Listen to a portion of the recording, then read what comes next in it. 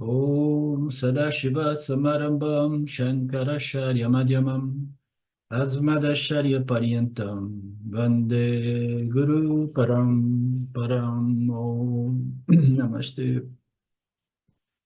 Ah, então, nós vimos o verso número 1, né?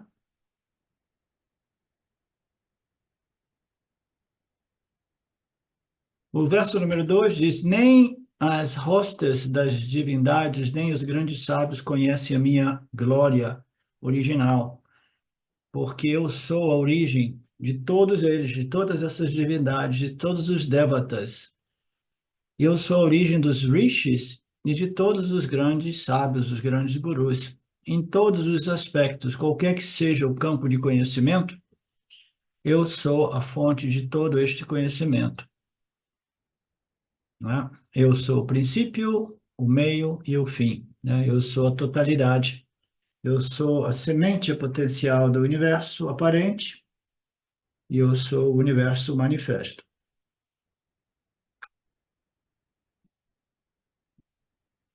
Então, esses são versos introdutórios. O assunto é introduzido do verso 1 até o 3. O conhecimento a respeito da natureza de Deus, Svarupa Jnana, né? O conhecimento da manifestação de Deus é o assunto que nós estamos vendo agora. E neste verso, Krishna está apontando que ninguém, nenhum outro guru, nenhum outro intermediário, nenhum outro professor, nenhuma divindade, nenhum dos devatas, né? Nem mesmo os grandes sábios religiosos, espirituais, ninguém realmente tem o meu conhecimento. Ninguém conhece realmente, né, aquilo que eu sou. Isso precisa ser interpretado de modo correto.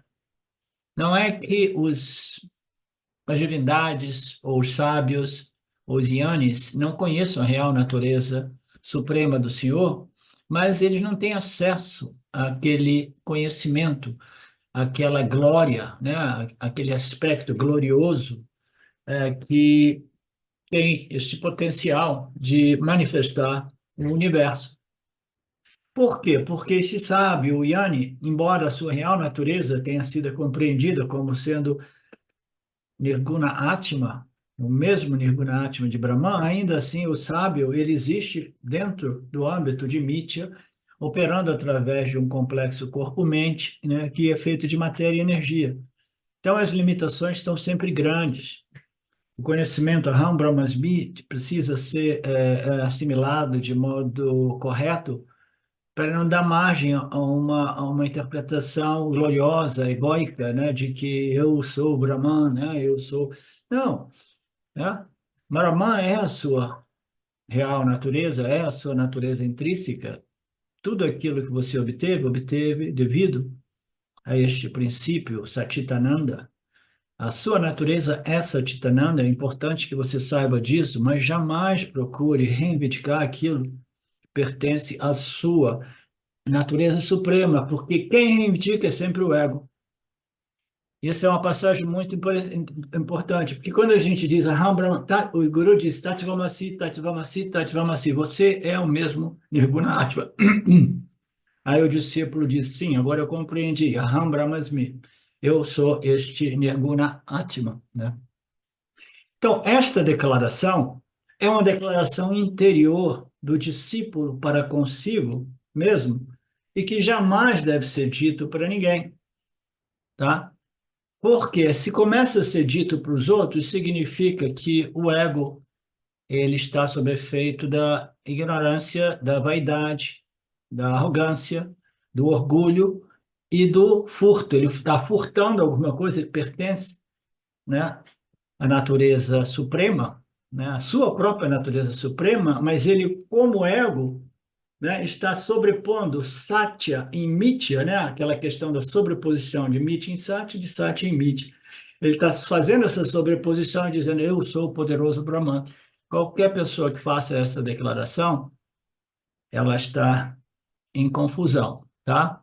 Ela está simplesmente sob o efeito da arrogância e do orgulho e da vaidade do ego, tá? Então, ninguém pode dizer que me conhecem realmente aquilo por aquilo que eu sou, porque qualquer pessoa que queira dizer isso, ela está simplesmente, né, tentando reivindicar algo que não pertence a elas, né? Porque quem reivindica deste modo são quase que invariavelmente são expressões do ego, do aham, do jivatma, né? O ego. Nem os grandes sábios podem dizer que me conhecem, conhecem todos os meus aspectos. Isso também pode ser interpretado. Quem conhece todos os aspectos do conhecimento científico dentro do âmbito desse planeta, deste universo? Ninguém conhece tudo. Saguna Brahma conhece tudo. Mas Saguna Brahma ainda, assim, é uma entidade dentro do âmbito de Mitya, essa ordem aparente, né? Então, a natureza de Saguna Brahman é Nirguna Brahman. Nós precisamos de compreender que nós jamais seremos idênticos a Saguna Brahman, mas nós somos idênticos à natureza de Saguna Brahman, que fundamentalmente é Nirguna Brahman. Nós compartilhamos a mesma natureza, a mesma divindade, divinidade, ou como seja, né? Mas isso jamais pode ser interpretado como uma glória egóica de um complexo corpo-mente. Ah, esse é o ponto mais importante aqui. E ele vai dizendo, né, que esse conhecimento pertence a mim, o conhecimento de toda a manifestação, de todos os aspectos, né, desses ensinamentos, tudo vem de mim, né? Não me diga que você, né, pode aprender todo esse conhecimento revelado através desses charlatões humanos por aí que se dizem sábios, né? Aqueles que se dizem sábios, né, esteja atento, porque quem é sábio simplesmente diz que toda sabedoria vem do Senhor, genuinamente, né? Professor, hoje eu tô falante, hein? Ótimo. É, me veio assim, quando você falou sobre isso, né, do ego assumir o Aham Brahmasmi, é, me vem que, vê se a minha interpretação está correta, me vem assim que esse Aham Brahmasmi, né, ele só serve o propósito mesmo de cancelar o ego, né? Porque isso a gente já é, mas ele serve o propósito de cancelar esse ego que acha que é o corpo e a mente, né? E é bem delicado quando você fala, eu às vezes com Aham Brahmasmi, com certeza é meu ego falando Aham Brahmasmi, né? Porque isso não serve o propósito eu utilizar essa frase para fortalecer a identidade, mas sim para neutralizar essa identidade do ego. Me vem um pouco isso, assim, né? Porque às vezes eu me Sim. vejo o meu ego pegando a Aham Brahmasmi, vestindo a Aham Brahmasmi, e na verdade o Aham Brahmasmi só serve para eu não vestir nada. É como se fosse isso. É por aí Tá mesmo. certo isso Não, que é eu por tô. aí mesmo. Eu vou adicionar, editar um pouco o que você disse, porque o Aham Brahmasmi é uma sugestão a respeito daquilo que é a nossa real natureza intrínseca, né? E no início ele é compreendido intelectualmente e que ele sirva como o nosso objeto de nididhyasana, tá? Mesmo que a repetição não tenha feito a ficha cair, mesmo que a repetição seja simplesmente mântrica ou mecânica, ainda assim a vibração do Aham Brahmasmi, ela produz um benefício neste processo de preparação e purificação. Então, tudo isso é válido. Agora, quando este conhecimento, Aham Brahmasmi, ele é realmente assimilado, internalizado, quando a ficha cai, aí o modo mais simples de você compreender isso, Betânia, é que é a consciência realizando a si mesmo, apesar e através de um complexo corpo-mente-sentido. Se você mantiver esta perspectiva, você vai ficar livre do reivindicação do ego a respeito daquilo que é a natureza suprema de tudo. É a consciência realizando a sua real natureza, mesmo apesar, né, da associação com corpo, mente, sentidos, produzidos por Maya e Mitya. Dentro da ordem aparente existe uma entidade, o Jivat, apesar da natureza aparente de tudo isso, a consciência, ela se realiza através do Aham Brahmasmi das escrituras, tá? Aí isso é um modo de você permanecer sempre segura deste problema de reivindicação daquilo que é da consciência. A consciência realizando a si mesmo, tá? Esse é Eu posso também, porque realizando, eu posso, eu posso dizer assim, é a consciência sabendo que é a consciência, apesar de ser, de estar, né, é, com esse instrumento corpo e mente em funcionamento, saber em vez de realizar, eu não sei, porque realizar ok. realizar é um conceito que eu gosto, algumas pessoas talvez não gostem tanto. Saber, ela tem uma conotação mais de conhecimento, e conhecimento às vezes é somente acadêmico, intelectual. E realizar é quando o conhecimento acadêmico e intelectual é realmente alcançado, realizado, internalizado. Eu gosto dessa palavra realizado, mas como você queira, tá? Então, o modo mais correto de dizer aquilo que eu tentei dizer antes, que eu procurei dizer antes, que seria a consciência não é uma entidade que conhece, que realiza, mas é a consciência aparentemente reconhecendo a si mesmo, né? Apesar de toda a ignorância que envolve essa ordem projetada por Maheshwara, né?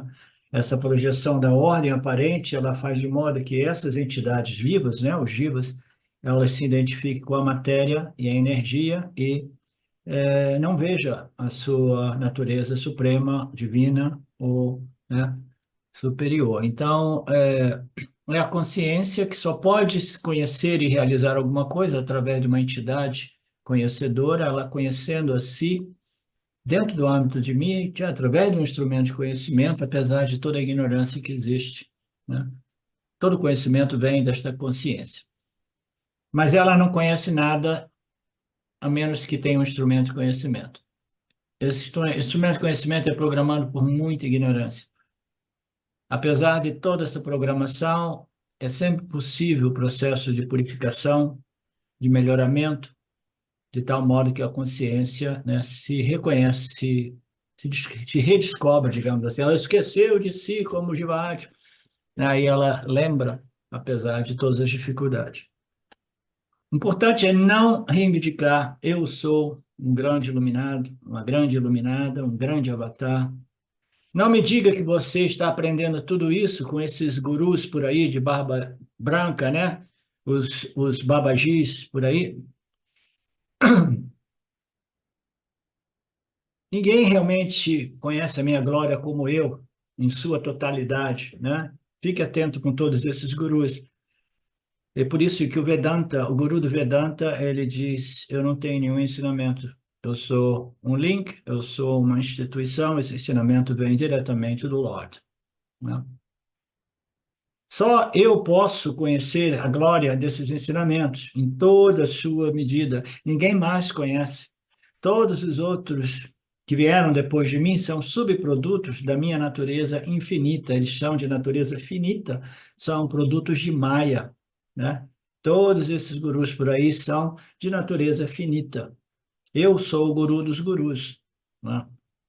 Então, Brahman falando, né, de modo muito simbólico, né, apontando para o fato de que toda sabedoria vem somente de Nirguna Brahman, muito embora Nirguna Brahman necessite, né, de Maya e de instrumentos, de corpo de conhecimento, palavras, conceitos, para transmitir aquilo que é a real natureza, Satya, de tudo que existe em Mithya, né?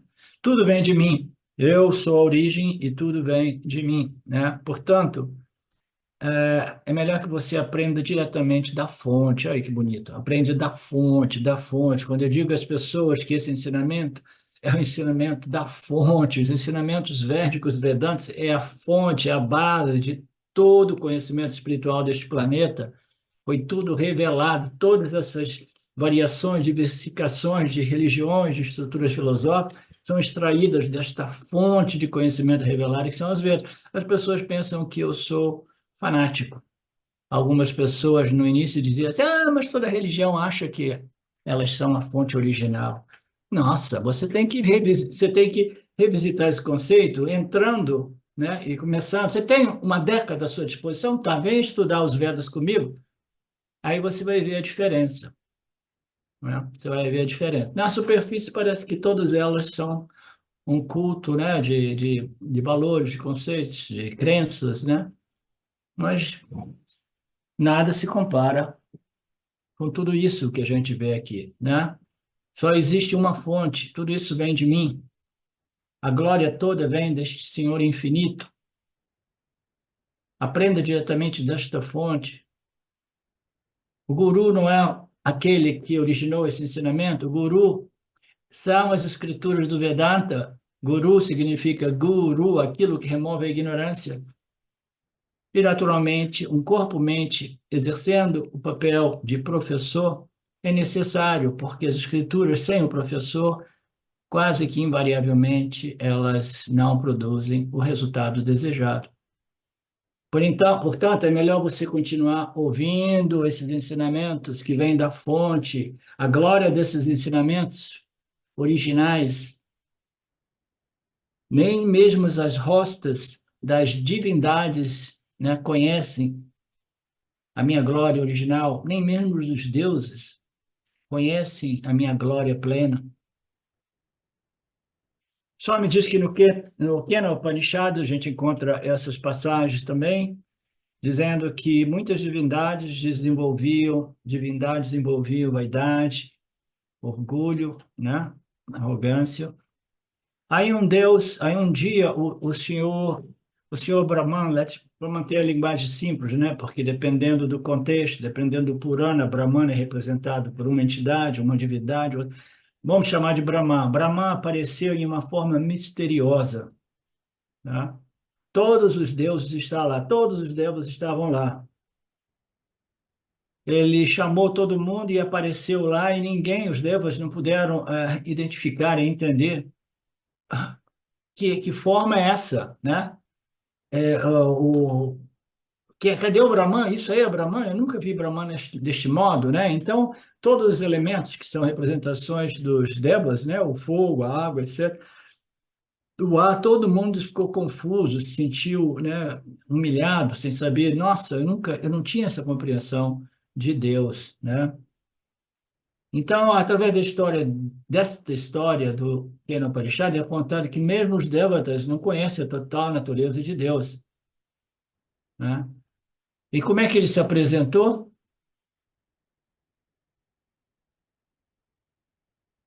Aqui não aparece, não? Não, né?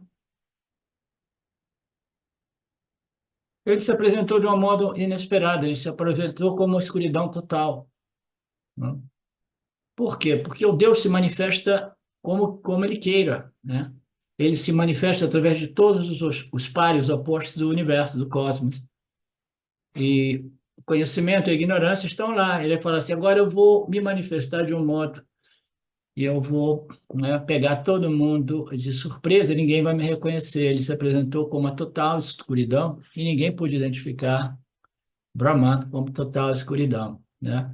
Então ninguém compreende a totalidade, a integridade deste princípio que é além de todos os pares opostos que sustentam esta ordem mítia. Ninguém compreende a natureza completa de Deus.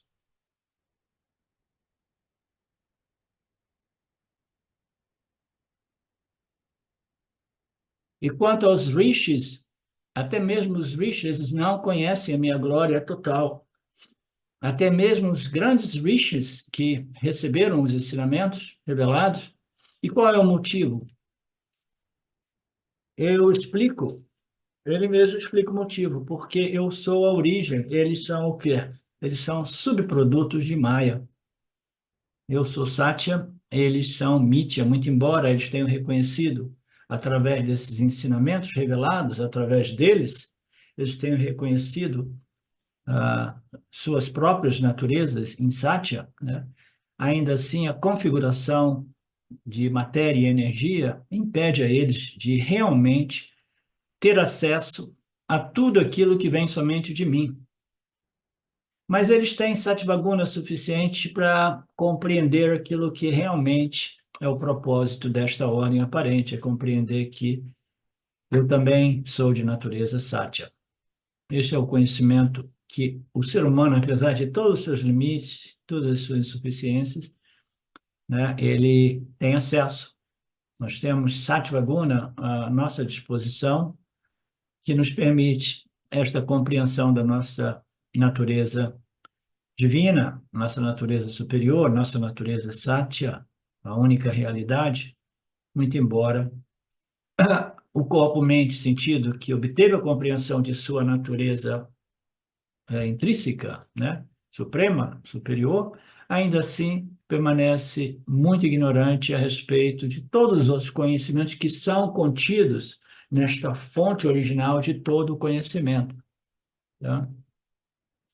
Qual a diferença entre o Jiva Atma e Ishvara? Ishvara é um ser autoconsciente, um ser luminoso, um ser feito de inteligência pura, de puro Sattvaguna, assim por dizer, né? Então, ele sendo um conhecimento total, ele tem o quê? O conhecimento de sua natureza intrínseca, autoconhecimento, e o conhecimento de tudo, né? Presente, passado e futuro, que já ocorreu e que irá ocorrer no cosmos. Então, é o conhecimento total, né? O Jiva Atma jamais vai ter o conhecimento que somente uma entidade como Deus, Saguna Deus, pode haver, né? Saguna Deus, ele é autoconsciente, as escrituras dizem claramente, porque ele sendo puro sáttva, é impossível que ele não tenha o autoconhecimento junto com todo o conhecimento de Mitya, né? O Jiva Atma não sabe nada praticamente, é ignorante que nem uma galinha, né? Mas ele tem uma capacidade de desenvolver Sattvaguna, de modo que, embora ele não saiba de quase nada a respeito, né, dos campos de conhecimento científico, ele tem o potencial de compreender a sua natureza intrínseca. Mas isso não faz do Jivatma um Saguna Ishvara, que tem o conhecimento de tudo, né? E não faz do Ishvara um Brahman, simplesmente faz do Jivatma uma entidade que conheceu a sua real natureza, sua real natureza divina, né, superior, suprema, como Satchitananda, como consciência e existência. E aí isso vai libertar este Jivatma da ansiedade, aflição, medos, desejos, que são todos eles fundados na ignorância de sua real natureza intrínseca.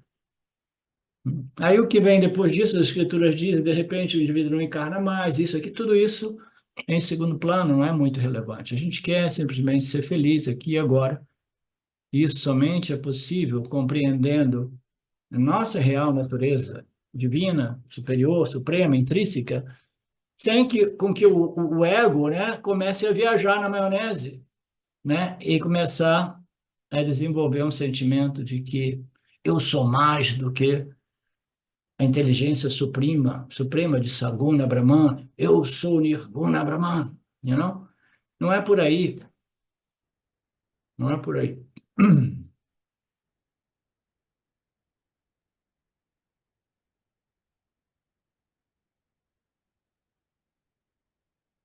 Tudo bem, Poliana? Você está triste hoje, querida? Ok.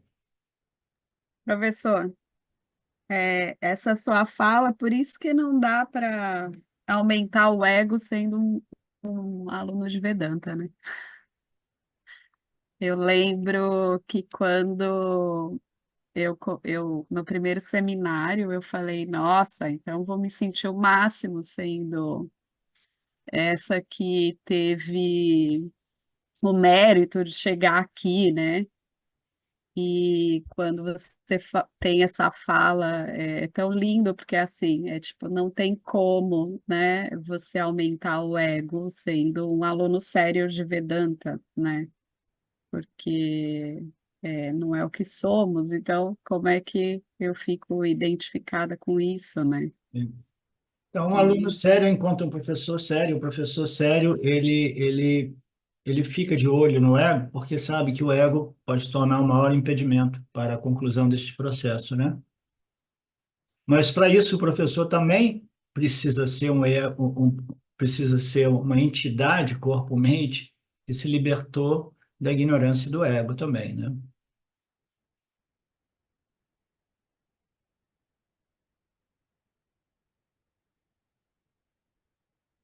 Então, portanto, eu sou a causa de todas as divindades, todos os devas, incluindo Brahmaji, naturalmente. Brahmaji é o nosso Ishvara, né? Eu sou Brahman, eu sou a causa de quê? De Maya, eu sou a causa de Ishvara, Jiva, Jagata, eu sou a causa dos deuses, dos semideuses, né? Nos Puranas, você vê que até mesmo Brahmaji, né, foi criado a partir deste princípio universal, né? Ele aparece, ele vê a escuridão em todos os lugares, ele não vê uma segunda coisa. Quando Brahmaji é criado, né, ele aparece, ele não conhece nada, inclusive a sua própria natureza. Imagine, de repente, você encontra-se cercado por uma escuridão, não existe nada lá. Até mesmo Brahmaji ficou assustado, se referindo àquela passagem que eu li antes, né? Todos os deuses estavam assustados porque Brahman se apresenta de modo inesperadamente, né? Não incomum, né? Mente como a escuridão, né? Então, ficando assustado, todos os deuses começaram a fazer sadhanas, tapas de novo, né? Porque eles ficaram com medo da escuridão, medo da ignorância. Muito simbolismo lindo, maravilhoso, tudo isso, né? Então, ele começou a voltar a fazer tapas, austeridades, sadhanas, né? Porque ele viu que, né? A arrogância, né, causou esse problema do medo, o problema do samsara novamente. Mas como resultado de muitos tapas, ele adquire o conhecimento dado por Vishnu, o Criador, que é Brahman, o Criador original, e consegue compreender, consegue desenvolver a visão, né, a darshana de um Criador que encompassa todos os pares opostos projetados por Maheshwara.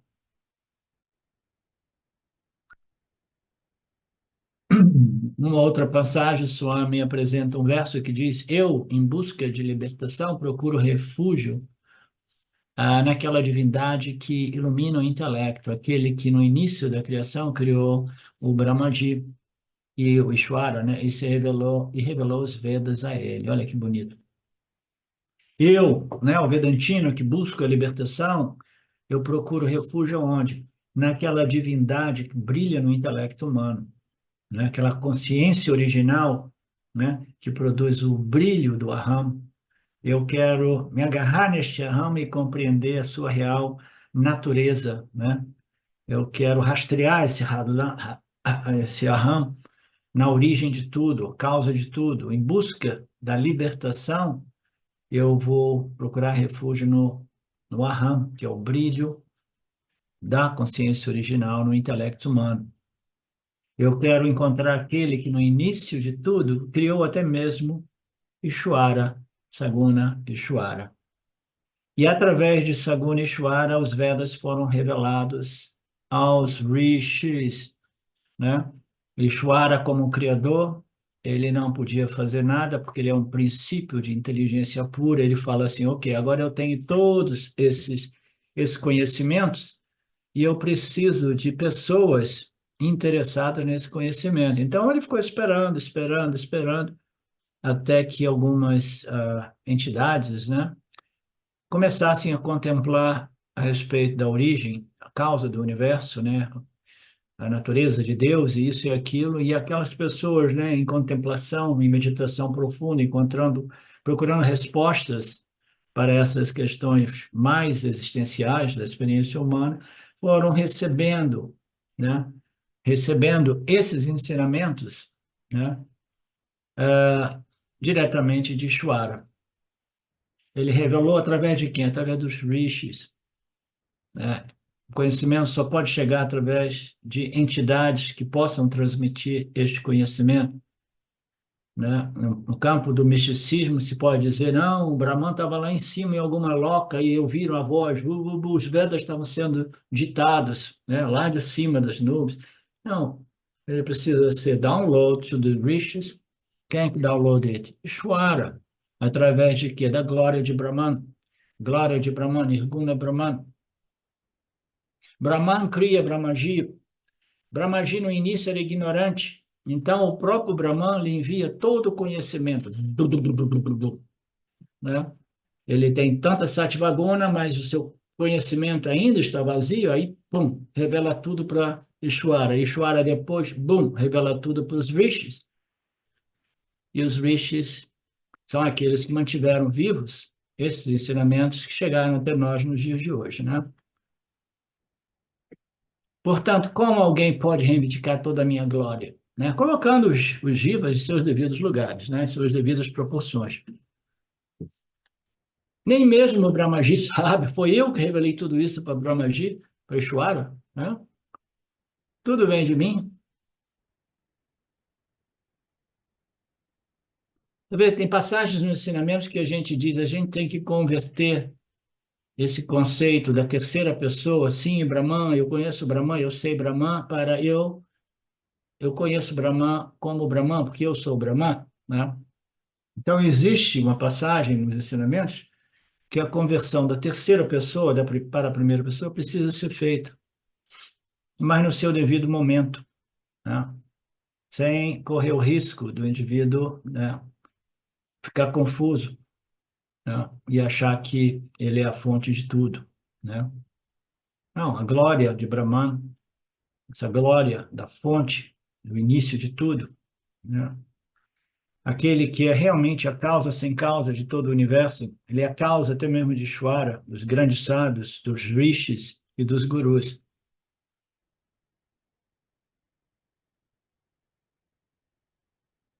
Eu não sou nem não somente a causa inteligente, mas eu sou a causa material, a causa energética, eu sou a causa de tudo. E eu não crio nada, eu me manifesto aparentemente como todo o universo. O verso 3: entre os mortais, aqueles mortais discriminativos que me conhecem como aquele princípio sem nascimento, sem começo, que me conhece como o grande Senhor do universo, né, a causa, né, suprema, causa universal, a causa original do universo, eles acabam ficando livres da ignorância, dos pecados aqui, né, precisa ser lido como ignorância. O que é o pecado? O pecado é simplesmente você violar o Dharma de momento a momento. Você não compreendeu a natureza de Deus, nem mesmo a nível mais elementar, que é a observação das leis de Deus, que é o Dharma. Você não tendo discriminação suficiente para conhecer a natureza de Deus, como as suas leis e princípios que regem o campo dármico, né? Você não vai chegar nem perto de compreender a natureza de Deus como o princípio que jamais foi criado, que jamais nasceu e que jamais irá morrer. Aquelas pessoas discriminativas que me conhecem como sem nascimento, ao contrário, né? Elas ficam livres de quê? Desta ignorância que causa a violação do Dharma, causando muito sofrimento, não somente para os próprios pecadores, né? Errantes, né? Como também para todos no campo, né? Para todos ao redor. Tudo isso depende da compreensão da natureza do Senhor deste universo. Então, aquelas pessoas discriminativas é o que nos interessa, né? A discriminação, ela inicia, né, como uma curiosidade, né? Eu quero conhecer a causa de tudo isso, eu quero conhecer a origem, eu quero saber o porquê isso, porquê aquilo, né? Até que você cresça para compreender a natureza de Deus a nível mais profundo. Então, eu vou ficando livre da problemática do Papa, que é devido a violações ao Dharma, que são considerados os pecados, né, de forma mais simples de ser compreendido. Se uma pessoa é realmente inteligente, ela irá expor a sua mente aos ensinamentos revelados para conhecer Jagatakarana Ishvara, Deus como a causa do universo, a causa sem início, a causa que não foi causada.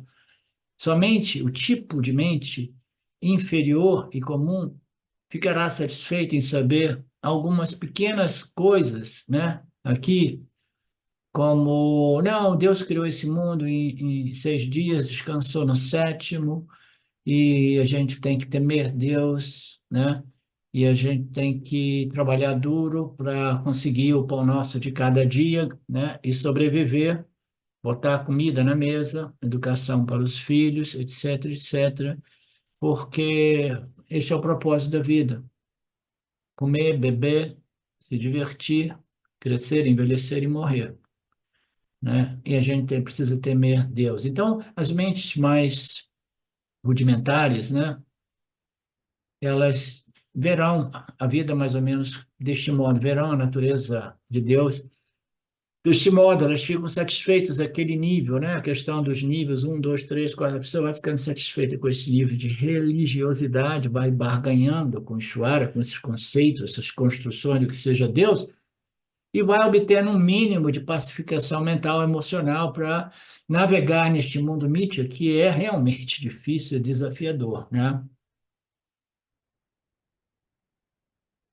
O intelecto desenvolvido quer sempre fazer mais perguntas, de onde veio tudo isso, né? No mundo, o propósito desse mundo não pode ser somente sobreviver, comer, beber, dormir, né? E morrer, né? Os animais vivem somente para isso. Adi Shankaracharya diz no Bhaja Govinda: quem é você? Quem sou eu? De onde eu vim? Quem é minha mãe? Quem é o meu pai? Raros são os indivíduos que fazem esse tipo de questionamento. O intelecto crescido, maduro, desenvolvido, fará esse tipo de pergunta: qual é a causa de tudo isso? Os cientistas que não são pessoas interessadas realmente em Deus, né, do ponto de vista religioso, espiritual, mas eles possuem intelectos inquiridores ou inquiritivos, não sei como se diz isso, investigativos, né? Eles querem saber a causa de tudo, né? Mas eles querem a causa do universo, né? Mas eles procuram pela causa do universo Mitya dentro de Mitya, né? Dentro de um aspecto do átomo, né? Subatômico, daquilo que a gente chama de matéria, né? Aí chega um ponto que a gente descobre que não existe matéria, né? A física quântica chega a essa conclusão: putz, não existe matéria. E agora, como é que a gente vai explicar tudo isso?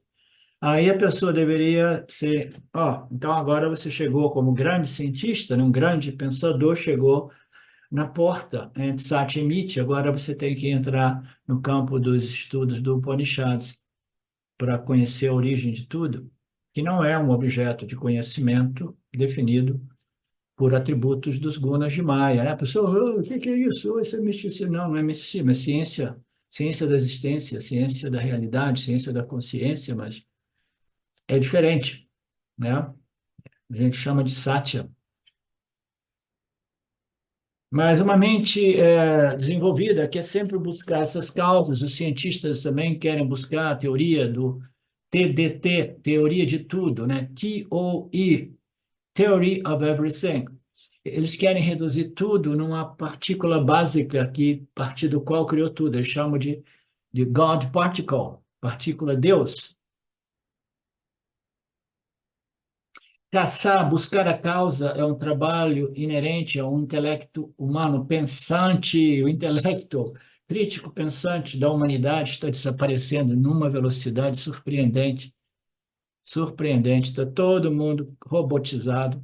As escolas estão fazendo um trabalho para realmente cancelar a mente inteligente, a mente crítica, o intelecto humano. Um intelecto pensante irá buscar a causa por trás, irá fazer perguntas, né?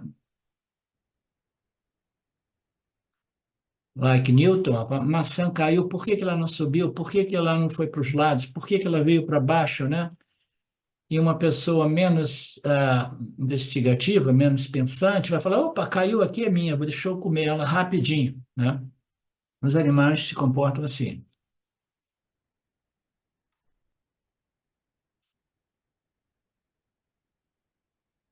O intelecto pensante gostaria de chegar a esse conhecimento final, porque ao conhecê-lo, tudo é conhecido. Ao obtê-lo, tudo é ganho. Esse intelecto maduro é chamado de mentes discriminativas, não iludidas, mentes com tendências religiosas e espirituais, contemplativas, né, introspectivas,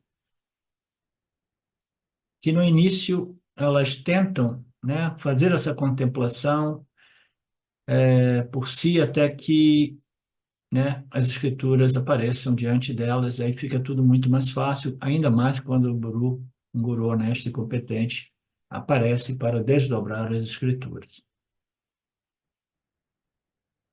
É o conhecimento que, uma vez conhecido, tudo é conhecido, mas não é que você vai ser o super Sagunishwara que tem o conhecimento de todo o cosmos, não. Você conheceu a essência, a natureza intrínseca de todo o Jagata.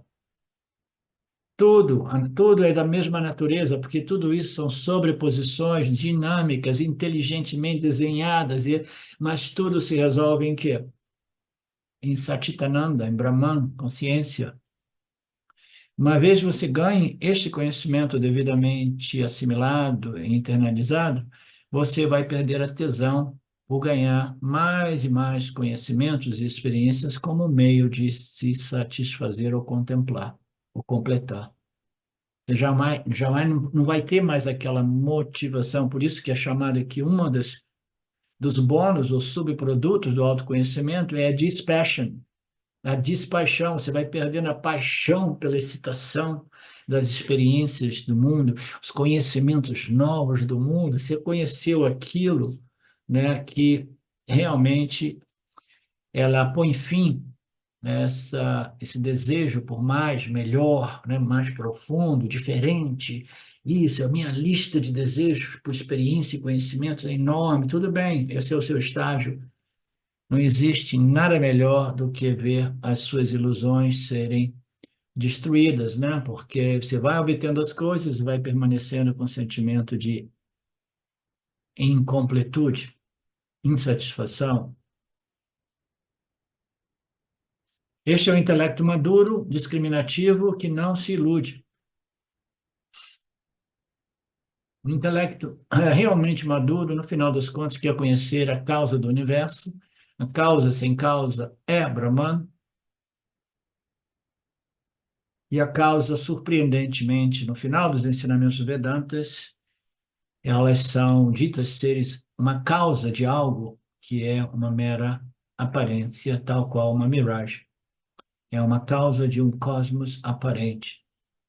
Desenhado de modo inteligente, sim, mas ainda assim não é real. Por quê?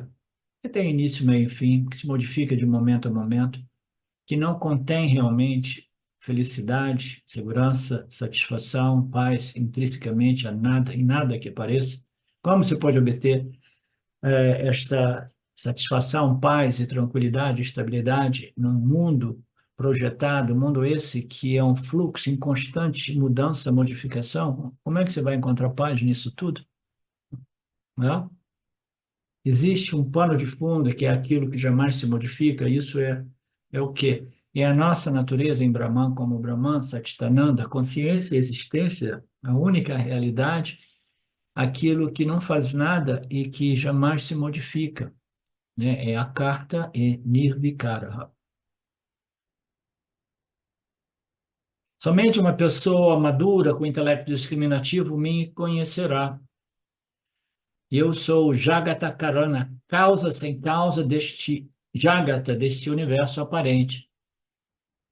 Ele é um Deus, é um Brahman que nunca nasceu, nunca teve um início, que não nasceu a causa do universo, né? Sem nascimento. Por que sem nascimento? Se Deus também tivesse uma data de nascimento, Deus não seria a causa última do universo, porque alguém causou Deus. Quem que é o pai de Deus? Quem é o pai de Brahman? Quem é a mãe de Brahman? Então, Brahman não seria a causa original. Ele seria uma causa, né, secundária, né, relativa, condicionado por seu pai, por sua mãe. Não, isso nos levaria a uma progressão infinita de deuses,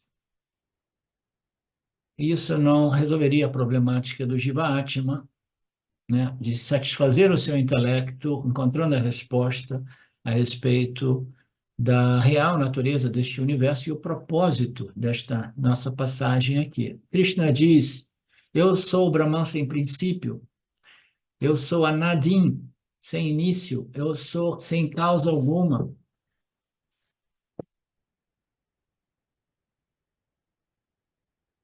Se eu sou sem causa, eu sou sem nascimento, é a mesma coisa. Nos Puranas, isso é colocado como um Deus, que o Deus é o pai e a mãe do universo, né? Puranas são aquelas escrituras, né? Mas na forma de novela, de história, personagens e etc., Deus é apresentado para facilitação destas compreensões, é apresentado como um pai que não é só pai, é pai e mãe, e ainda por cima é órfão, porque ele não tem pai nem mãe, né?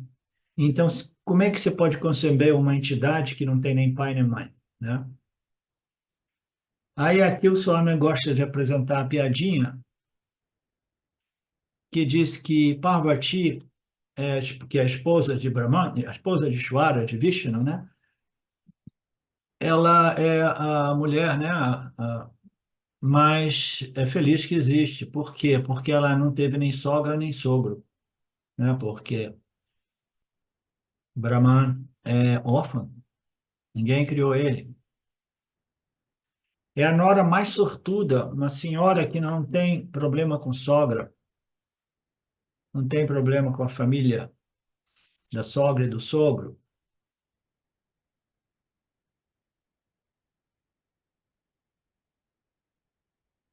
Mas se você analisar cientificamente, Deus não tem causa, ele diz aqui sem elaborar, mesmo cientificamente, é observável que Deus não tem causa. Você precisa de um princípio que não se modifica, não se transforma para poder capturar a constante mudança e transformação que existe no mundo da matéria e energia. Deus é este princípio, o grande Senhor do universo.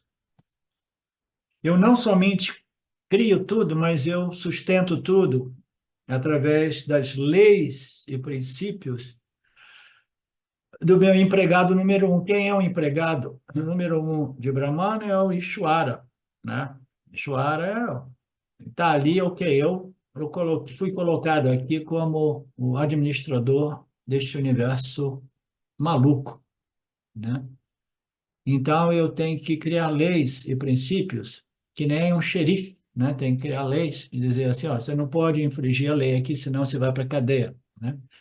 A cadeia aqui é simplesmente papa, sofrimento. Você sofre se você violar as leis aqui, né?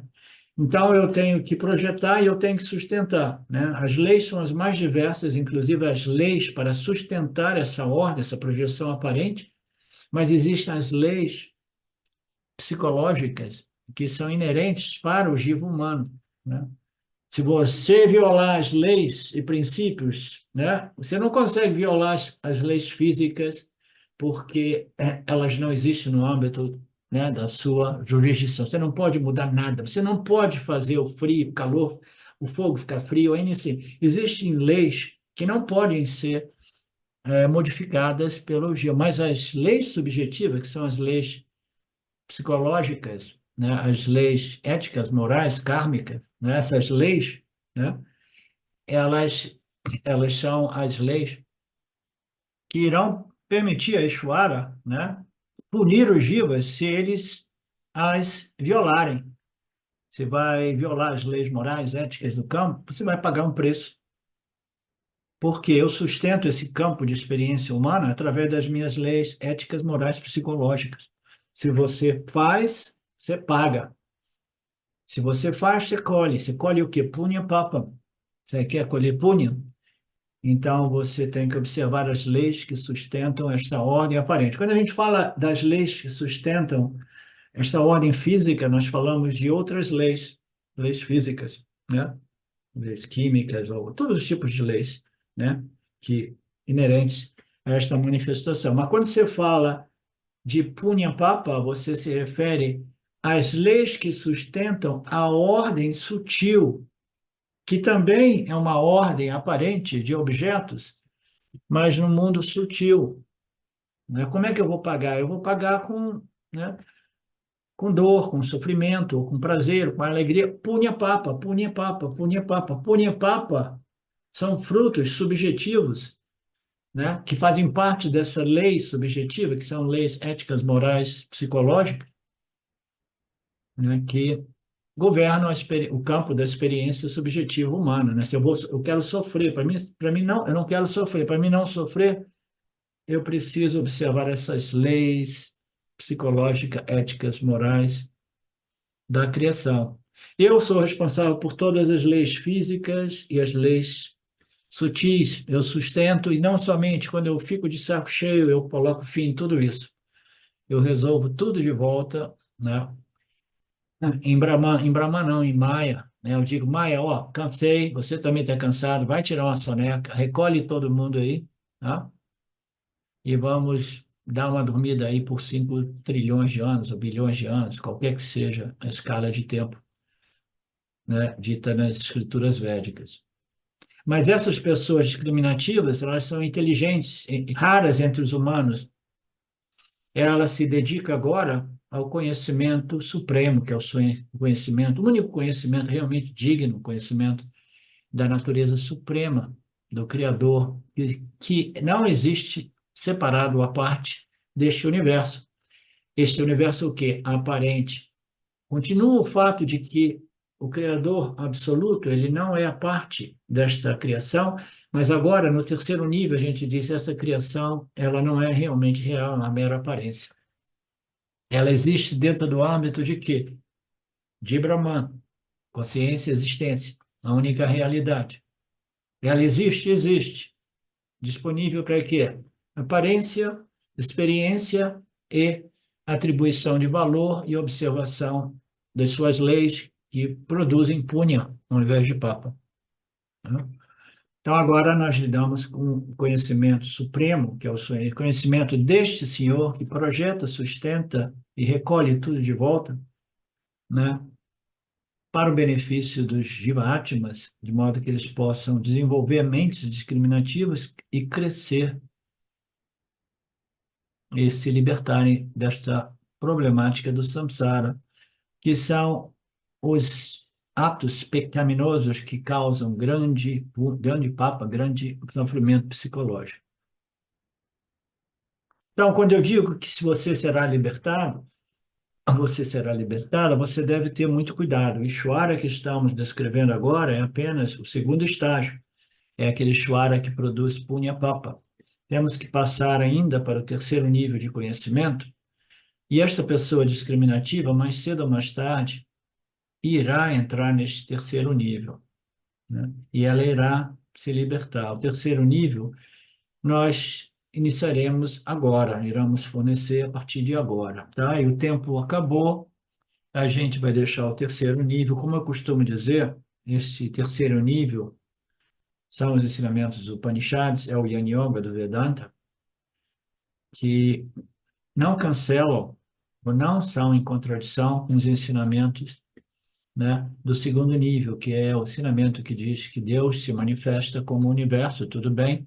Você pode começar a editar, sim, Deus se manifesta como o universo, mas esse universo não foi criado assim como dizem as escrituras dos Vedas e algumas das escrituras do Vedanta, foi criado através do karma, foi criado através disso e daquilo.